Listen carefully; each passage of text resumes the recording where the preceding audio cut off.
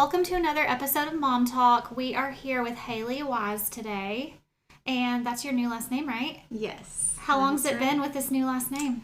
Well, since October. October, y'all got married. Just a few months. Okay. Yep. Did you know that I grew up with Brad?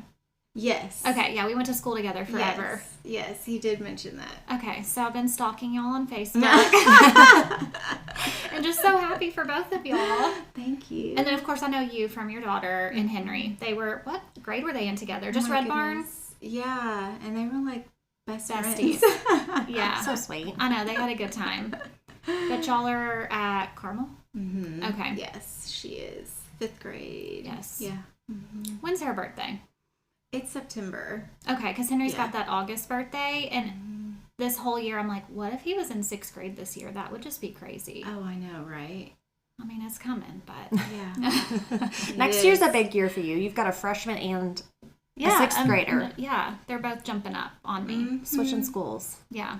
That's a lot. I know. Yeah, I'll have 2 in middle school next year, which Madison's very excited about middle school, and I'm like, I was so nervous about when my first one went into middle school, but the boys have been pretty easy. Been easy for boys? Okay. But, like, I hated middle school. So. We talk about this all the time. Middle school is, like, the worst years of your life, I feel like. Yeah, who likes it? I don't know. Like, it's the cringiest time ever. Nobody looks back and was like, yes, I miss middle school. That was good. I know. Yeah, but the boys did fine. But she's so excited that I'm like, I don't feel like she'll have any problems. She has well. such a good personality. Emma hasn't had any problems. I mean, your typical, the friendships have evolved and changed, and that was hard. But there was no, like, meanness. Right. Or, like, it wasn't like a mean girl situation. No. Yeah, they That's just, it changed up some. Yeah. So now, I feel like 5th grade has been not good for her. As far as, like, girl drama. You know, when Emma was, like, in 3rd grade, I feel like it's when she started coming home saying, so-and-so said they're not going to play with me anymore. I was like, wow. Starts so young. Yeah, already. Yes. But now in middle school, I feel like that changes day to day. Just a lot of hormones and emotions. Yeah. Everybody's on the roller coaster. Sure. But I think it's different for me I'm worried about Henry more. I don't know if it's because he's my second. He's super easygoing, but I feel like the way boys interact with each other, I'm more nervous. Like, are you going to get picked on or bullied? Like, Emma's quiet. I didn't even worry about it. But yeah, I'm a little nervous for him. Yeah. I think his maturity will be okay. Okay, so your oldest is 15. Yes. Are y'all driving? So, Cannon, my stepson, he just turned 16, so he's driving. Okay, so you got the Brady Bunch. Yes. We need to cover that. Yeah. How many kids you have? 6. Okay, and Cannon's the oldest? Yes. Okay. Cannon's the oldest. So 4 are mine, and then 2 stepkids. So Cannon's the oldest, but him and Knox, my oldest, is 15, but they're both sophomores in high school. Okay. Yeah, so same grade. Claire's 13. And Nash is 12, and Madison's 11, and then Cross is 4. Just really covered all age ranges. Yeah, you covered them all. Yeah. How do they get along? They get along well. Yeah, they do. I mean, so they knew each other from daycare. And I mean, obviously, I hadn't even had a conversation with Brad, my husband now, like, ever during those years, or no, like, y'all never ran into each other before. Okay. No. Knew who he was, like, saw him at the baseball field or something, but never spoke to him ever. And so it's funny because the kids knew each other. Right. So it's almost more awkward. When do you know, It's almost like, well, you remember. Because Knox and Cannon were really good friends at Red Barn. Okay. But then they hadn't talked in years. So it's almost like a little bit awkward for them, I think, at first. And now they're good? Mm-hmm. Oh, yeah. Okay. They're good. I need to know all about the blending of families. It's like not for the weak. No matter how good your kids are. Yeah. Because y'all all have good kids. Yeah. But it's a big adjustment, I'm guessing. Yeah. I mean, and it's not even really the kids. It's just the parenting, as far as, like, you're so used to doing things your way, especially if you've, kind of done it on your own for a little while, and then he's done it on his own for a little while, and then you're trying to figure all of that out. That's probably been our biggest challenge, and we just have to keep talking about it. Do y'all end up agreeing and compromising on one person's way to do it, or? I definitely think there's some give and take for sure. I usually agree with what he has to say for sure, because he's more strict or just better at that stuff than I am lenient, as far as like discipline and stuff like that goes. Because they don't ever do anything just like so bad. You know what I mean? So it's just little stuff, and you're like, it's fine. Yeah, but then that does add up, you know? Yeah, it's constantly just working at, like, staying on top of all that stuff. How did you and Brad meet? So it's kind of funny. So my son, Nash, like I said, they knew each other from Red Barn, the kids did. And he called Cannon wanting him to subscribe to his YouTube channel. This day and age. And so Brad just thought it was hilarious and just messaged me on Facebook, like, just to tell me, like, this is so funny. Nash randomly called Cannon and whatever. So he slid into your DMs. Yeah, essentially. Yeah, essentially. Yeah. But, you know, and it was just really just about them for a while, and then, you know, just kept talking. Just went from there? Yeah, just kept talking. How long were you divorced before you decided to, like, date? So it came around really quickly, honestly. Way faster than I would have. Like, planned it? Definitely. Yeah. What in your mind was, like, a good time period to wait? I don't know that I had. You were just still in the waiting. Yes. Yeah. But, you know, I did know, like, I did want to. So some people, you know, you go through a divorce and you think, I don't ever want to do this again, you know? Yeah. But, like, I knew I mean, I believe in marriage and wanted to be married again and stuff like that. So, I mean, you know, I wanted, and, you know, it's older too. So, I'm like, I do want someone to spend my life with. I don't really want to do this alone. But it wasn't, like, the goal. I just knew that, you know, I wasn't, like, anti-marriage. Did you tell your kids you were dating? So, you know, like I said, it's pretty fresh off of divorce and stuff like that we started talking. And so I really felt like I was protecting them. And so I didn't tell them for a while. And we didn't, since we both shared custody at that point, and luckily our kids' schedules matched up, we only saw each other when we didn't have the kids. Right. So we just sacrificed in that way our relationship. And yeah, so I just felt like I was protecting them because I didn't know how they were going to take it. And it was like, you know. And it's new for you too. Yeah. New for me. I mean, I was married since I was 20 too. So like I hadn't dated. I'm like, I don't know what I'm doing. Yeah, we don't know how to do this anymore. I'm like, I don't know. So we waited a long time. Like, he really didn't come around my kids for over a year. Okay. Yeah. Yeah. And looking back, it was good and bad. Like, I think it was good because they just didn't need all of that information at the time. But, like, they are not stupid either. As we all know, kids are not stupid. And so they did suspect things, you know, me being on my phone all the time, or like I maybe didn't hide it the very best, you know. And so there came a point where they're like, what, you know what I mean? What's going on? And I'm like, maybe I should have told them a little bit sooner, but what are you going to do? I feel like that's such a hard call to make. Our best. Yeah, it's a hard call. Yeah, you're just doing your best at the time. Yeah. What about Brad's kids? Did they know, or did y'all both decide to wait? Cannon knew a little bit. I don't think he knew of anything serious. And I was around his kids sooner than he was around my kids. Yeah. Yeah. And how old were all your kids? Like, how long ago did they meet him? How long have y'all been together? We have lived together now almost 2 years. Seems so much longer. Whenever you say it, I'm like, it's only been 2 years that we've all lived together. Really, like, he'd only been around them for a couple of months before that, and it was very sporadic. But, you know, it's so many, and again, right or wrong, like, I don't know, you know, these decisions that I made, who knows, but, like, I just felt like with the amount of kids we had and the age, you know, it's hard to take all of them out to do something. Like, they may not all want to do the same thing, or, you know what I mean? So it's almost like just when we decided, you know, we wanted to try to live together, it was almost like we just need to throw these kids in the house. It's the only way to see if this is gonna work or not. And so, again, that's just how we did it. Yeah. Just works. But, yeah. I love it. Okay. Does anybody have to share a room? So, no. Okay. Which is... And you have them all at the same time? Yes. Okay. And so, that was one of our concerns. I mean, honestly, we didn't really know if we'd ever be able to live together or move this forward or whatever for a while, because you think we need 7 bedrooms. Right.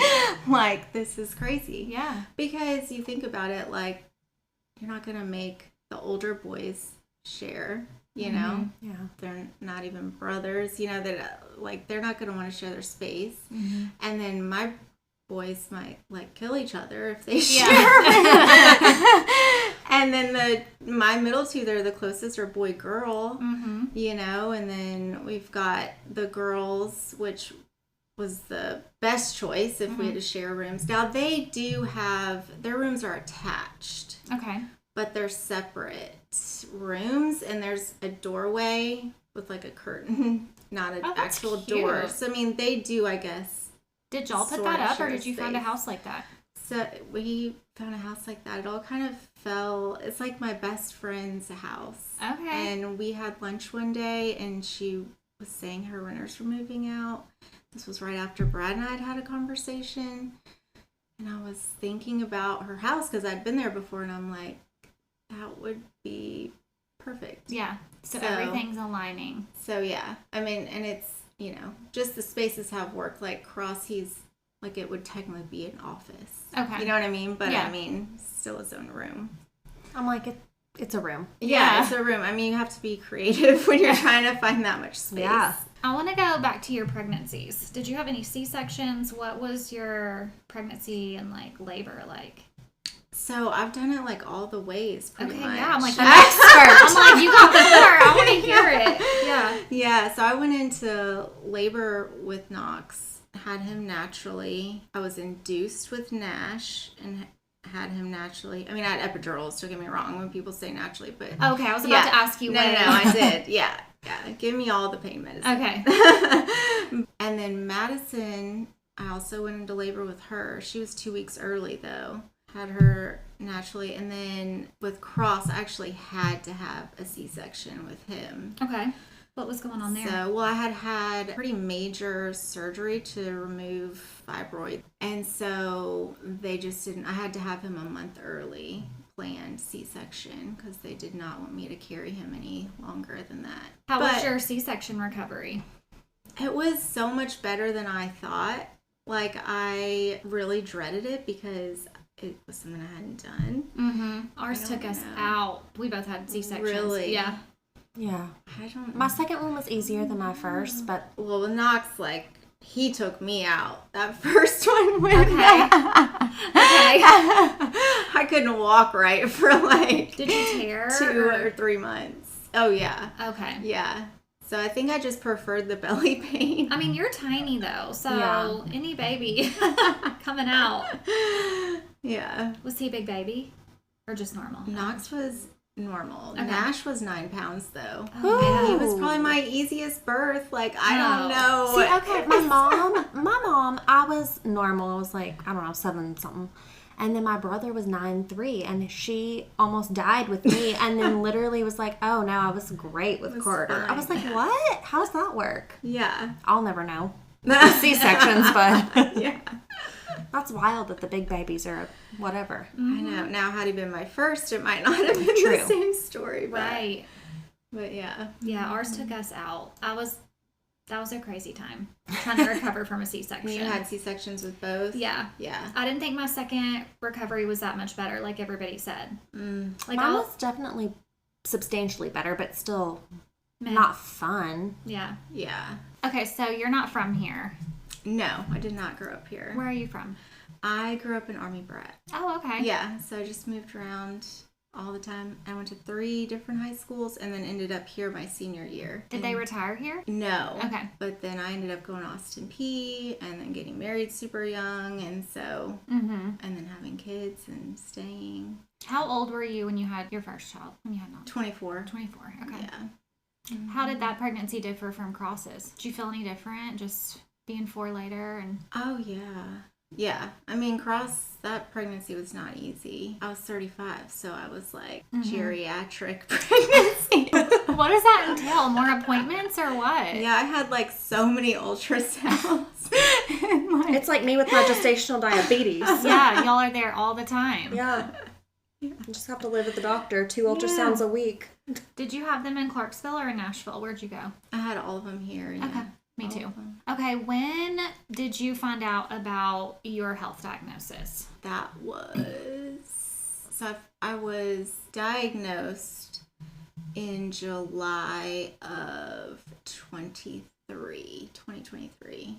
Okay, how'd you find out? Like, what happened? So that's kind of a story. Actually, and really to put some detail to it, so I had, and this has really like nothing to do with it, but it's just funny. So I had kind of lost a little bit of weight. This was February 2023. And I had kind of went on a break from drinking. I still don't drink. I had happened to go on a, like, just tell myself, look, I'm going to stop drinking for a while. Again, lost a little bit of weight because of that too. So that was February. March, all of a sudden, like, my left breast was just, I mean, it looked like I don't have implants, didn't have implants. And it literally, like, looked like a bad implant. Like, it was, like, all of a sudden, one morning in the mirror, was just, like, raised up and crazy looking. Like, oh, wow. I didn't know what was going on. But I had lost a little bit of weight, so I was just thinking, like, and I was going to start my period. And you're just, like, you know, I'm going to wait a little bit. Also, it's the first time in my entire life that I didn't have health insurance. So it was just, I was like, well, I need to go to the doctor, but I've never even gone without health insurance. But anyways, it was concerning enough that I obviously made an appointment and saw my OBGYN that early April, and then she wanted me to go get a mammogram, but that was like it was so hard to do all of this without insurance. And I was able to see her fairly easily, but then to schedule this other stuff, which I was going to just pay cash up front, so I'm like, I don't really understand what the problem is. Right, what's the problem? Yeah, but it was so complicated. So I didn't get a mammogram till May. Then they came back and wanted a biopsy. That was even harder to get an appointment for because I didn't have insurance. I didn't have it until June. Wow. So, you know. Did it still look the same? Yeah, okay. It really didn't go down or change at all. Did it hurt? Like, soreness here and there, but no, which... Okay. And only on one side. Yeah, and it was just the one side. Had the biopsy, and I don't know. I just kept thinking, like, I know it's something, but, like, it's probably not going to be, like, anything. I don't know. You know. Yeah. I mean, I feel like you hear normal, but... Right. But I feel like you hear about people who have, like, cysts in their breasts and stuff, and it's, like, nothing. Right. Yes. Well, anyway, so then I didn't hear anything. Like, that was late June. I didn't hear anything. So I'm like, must be okay, or I don't know. Well... Also, my OBGYN who ordered the test retired during this time. So I'm just like everything was just complicated. And so anyways, she was still carrying on her patients that she had started with. So she was still going to give me my results. So we were on vacation actually in July, and she texted me because again, she's retired. So it's not her office or anything. She's just like straight text me, and she's like, can you come into the office like today? And I'm like, well, this isn't good. I'm like, you know, at that point, just tell me. I don't go ahead and say what you mean because you would have texted me all was good if not. Yeah. So we were in Florida, and so I called her, and then she told me. And so, mind you, this is before we moved in together. Okay. Well, that's not true. We had moved in together, but I had found it before we moved in together. Okay. And I had already said, like, what if this is something, like, I'm not trying to put all this on you, and I have 4 kids, and, like, I'm down. You know what I mean? Like, yeah. And of course he's like, no, we'll just, whatever it is, we'll just get through it. Well, then whenever I finally, in July, when I found out, because we had just moved in together in May, same thing. I was like basically trying to give him an out, you know, like, this is too much. I don't even know what's going to happen, you know. He was just like, no. Like, we'll get through this together. I'm like, okay. Yeah, thinking back to all of that, it's just so crazy. It all just is like such a whirlwind. When I stop and think of the details and everything. Were you in shock? Like, how do you handle stuff like that? Yeah, I think I was in shock, but also just like, I don't have insurance. Mm-hmm. I have breast cancer. I don't, I couldn't hardly get a biopsy. Like, I don't know how this is going to work. Right. Anyways, the OBGYN, who again had retired, but she was like great with me. She met with me actually at her office when I got back and like tried to set me up to get someone that would see me without insurance. And so I did end up going and seeing someone, but I was under the impression it was like a research thing, because that's what she had mentioned. Well, you're so young and this is like rare, and obviously this is like a large tumor, and so we're just, maybe you can get like in this research program to where you won't pay out of pocket. Well, then whenever I got there at the end of the appointment, I remember like asking about the research part, and she's just like, what? I'm like, yeah, I don't have insurance. And she's just like, oh. Okay. And I'm like, okay, this was the oncologist. And luckily Tennessee has a breast cancer and cervical cancer like TennCare specific insurance that you can get if you don't have insurance. Did they give you that information, or did you have to find that out? She gave me that information, the oncologist did, and then I did have a couple other people like mention it to me. So I mean, other people did know about it, but then also so many people don't know about it. Right, I was gonna say I've never heard that. Yeah, but the really crazy part of the story is, so I was trying to get that, so I just needed basically, my records and all that sent over there and go down to the health department and try to get this insurance specifically for breast cancer. She was trying to put me in the system, and then she's like, yeah, it'll be like good by the end of the day, like it'll be good. And again, she's trying to like get past the screen, and she can't get past the screen, and she's like, I've never seen this before. So she's confused, calls her manager over, and they're looking at it and they're like, have you ever had TennCare before? I'm like, no, I've always had private health insurance. Have our kids ever had TennCare before? No, we've always had private health insurance. And then she's like, well, you have TennCare. And I'm like, what? Like full TennCare. And I'm just like, how? Yeah. I don't understand. I've never applied for it. Like, I don't understand. And she said, it might, like, this is just so, like, this gives me the chills, because it was just such a scary time not knowing, like, what was going to happen and how I was going to get all these tests that I needed done to move forward with treating the breast cancer. I had to get this done first. She said it's very rare. She said actually she'd never seen it happen before, that someone at the hospital, because I was self-paying, like the biopsy and the mammogram, and like there was one lady, I don't know who would have done this, but there was one lady that was very, very sweet to me at their like receptionist desk and like helping me out with some of it. She said that they can put you in, like apply for you as like preemptive, like you might need this. And they said someone at the hospital had to have done that for me. Oh my gosh, what an angel. And she said I've rarely ever seen it happen. She said, but I've never seen it approved. And yours is already approved, and it was dated before I went to the oncologist. Oh, wow. So I had no idea. That is wild. That is so cool. Yeah, I just like went into my car and cried my eyes out. Yeah. I was just how could you not? Yeah. So it's just like complete miracle. Yes. What was your process like for treatment?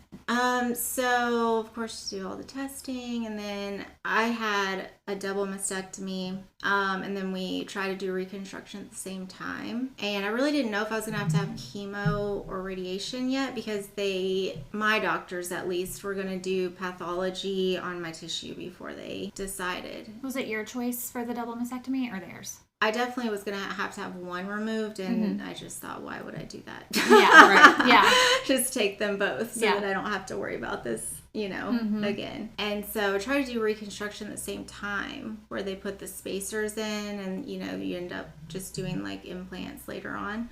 But I had some infections, and so they had to go back in and take more skin and stuff like that. And so my left side, which was my cancer side, just never healed. Ended up getting that taken out like right before Christmas that same year. And we just took it out, and then we were going to revisit it because I did need radiation. So that's like a kind of a time clock, like you need to get it done. And so we did that, and we were going to revisit reconstruction. I was like, I don't care about this. Like, really, I just want to finish my treatment. Yeah. And so I did 33 treatments of radiation. And then later on, you know, we went back and just, there was no way I was going to be able to do implants, which I was bummed about because recovery-wise and stuff like that, it's just the easiest route. Mm-hmm. My only option really left was it's called a deep flap reconstruction, where they basically cut you like hip bone to hip bone and take your stomach, fat, and skin and put it, and they literally like make breasts out of it, which that is sounds wild. like an intense surgery. It was a monster of a surgery. Yeah. And that, I also had infections I ended up having 4 surgeries in July, like this past July, because I don't know, it just wasn't healing properly. Yeah, and so again, they had to cut more tissue. So my stomach that was rough. But it's funny because like my stretch marks are on my baby stretch marks are on my boobs now. On the humor. No, that is wild. We'd also like just gone on vacation right before the surgery, so my stomach was so tan. Oh. So it was just, it's funny. But yeah, it's crazy what they can do. Yeah, sounds like it. Yeah. And I mean, it wasn't my first choice, but I'm definitely, and it's a monster of a surgery, especially when you have so many kids and the healing's not going well and all of this. But ultimately, like, comfort-wise, I'm happy with it. You're comfortable. Yeah, because I did feel what it was like to have the expanders in there. Mm-hmm. So how did you feel like your kids handled all of that? Like, did they know a lot, or what'd you tell them? Yeah, so, you know, this is all like divorce. Oh, no, mom's dating someone. Now we're all moving in together. Now my mom has breast cancer. It's a lot. Yeah. Yeah. But, you know, I just decided just to be really transparent with them. And I would just tell them, like, everything that was going on so that they weren't worried about it. As far as, like, I have a doctor's appointment today. Right. You know what I mean? Like, this is what's happening. Or if I didn't know, it's like, I need the surgery, like, forever. I didn't know when they were going to schedule my surgery for different reasons. And so, you know, I'm going to have this surgery, but I don't know when it is. Like, it was just very matter of fact. Yeah. Tell them what's going on, and they really handled it. I mean, of course they're upset, and when I initially told them, they really handled it really, really well. I mean, we had to have a couple sit downs after some of my, because I had so many surgeries that, you know, Ross was only 3. Yeah, I couldn't pick him up. Oh, that would kill me. For a long time, like after the mastectomy, couldn't pick him up. And then, of course, after this last surgery, I couldn't pick him up for a long time. That was very hard. What did you do with all these children while you were in the hospital? Well, you know, I do co-parent. So there were times that their dad kept them, like, if I had, because a couple of them were like emergency trips to the hospital. So he would help me, you know, of course, if we were all home, Brad's helping out, my mom was helping out. Right. With so many people. Are your parents here now? Yes. Okay, but good. They just moved here. Oh, okay. So, yeah. So we have not had them around, you know, in town. It's a whole new world now that they're in town. Yeah. Yeah, it's amazing. They just moved here. How do you feel like you're feeling now? I feel really good now. I'm so numb and I have so many weird sensations and things that will probably never feel really normal. Do you have like rechecks? Like, what's that like? Yes. And so I've seen the oncologist more, I feel like, in the past few months than I had in a while, because now I'm on medicine also for years. And so I've been going back to see her pretty regularly, but at my last appointment, I'm getting to push it out for like 8 weeks, so I'm excited about that. An 8-week stretch. A lot of doctor's appointments when you're completely cancer free. Mm-hmm. You're like, come on. Yeah. What meds are you taking? I'm on tamoxifen, which is a very common one, for 10 years, and then Verzenio, which is not as common for people to be on, and so I'll be on that one for 2 years. And what do those do? So they are basically like hormone suppressants. And so they can give you menopause symptoms and stuff like that. I really haven't, I mean, I have hot flashes a little bit, but not compared to like other people that I talk to. It's crazy because they checked my fertility, I guess, because, of course, I'm doing blood work all the time still. I'm, like, nowhere close. She was like... Oh, I want to know. She's like, oh, yeah, I don't need any more babies, so stop telling me that I'm super fertile still. Yeah, don't put that on me. Not okay. Oh, my gosh. Okay, I want to hear about the wedding. Okay. So the wedding. Our wedding was in October. We decided on a place which is like family friends own it out in Hopkinsville, Kentucky. Dates sort of changed a few times. I really didn't know that the big surgery that I had was going to be in July. And so then and that's like a 3-month recovery. So we were cutting it pretty close. But also, I mean, I was like not planning a wedding because I was not feeling good. So, I mean, it kind of all came down to the wire. But what was so great about it was really like every detail that we had was really like someone that we knew and loved did. Doing it. Holly from Brad's known her forever with the CADS group. She did all of our flowers, and like my photographer ended up canceling, and my neighbor ended up doing it, which was like amazing. And so there's just like, it was very personal. Yeah. I felt like everything worked out. So it was small. Yeah, it was small. We had both done this before, but it was important to me to have a wedding. Like, if it was just me and him, we wouldn't have even done it. But I'm like, these kids, like, you know what I mean? Like, they just need to, like, see it and be involved in it. Yeah. To kind of seal the deal. Yes. I love it. Yeah. I love it. Yeah. So it was small, but it was really nice. Okay, well, thank you so much for being here and telling us all your story and business. I feel like you've lived a lot of lives over the last few years.